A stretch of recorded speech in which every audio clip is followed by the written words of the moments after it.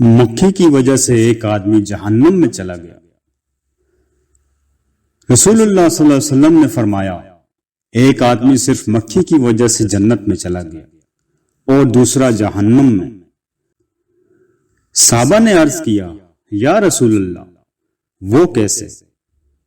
نبی اکرم صلی اللہ علیہ وسلم نے فرمایا، دو آدمی ایک قبیلے کے پاس گزرے۔ اس قبیلے کا ایک بت تھا جس پر چڑھاوا چڑھائے بغیر کوئی آدمی وہاں سے نہیں گزر سکتا تھا۔ چنانچہ ان میں سے ایک شخص سے کہا گیا کہ اس بت پر چڑھاوا چڑھاؤ۔ اس نے کہا کہ میرے پاس ایسی کوئی چیز نہیں۔ قبیلے کے لوگوں نے کہا، تمہیں چڑھاوا ضرور چڑھانا ہوگا، خواہ مکھی ہی پکڑ کر چڑھاؤ۔ مسافر نے مکھی پکڑی اور بت کی نظر کر دی۔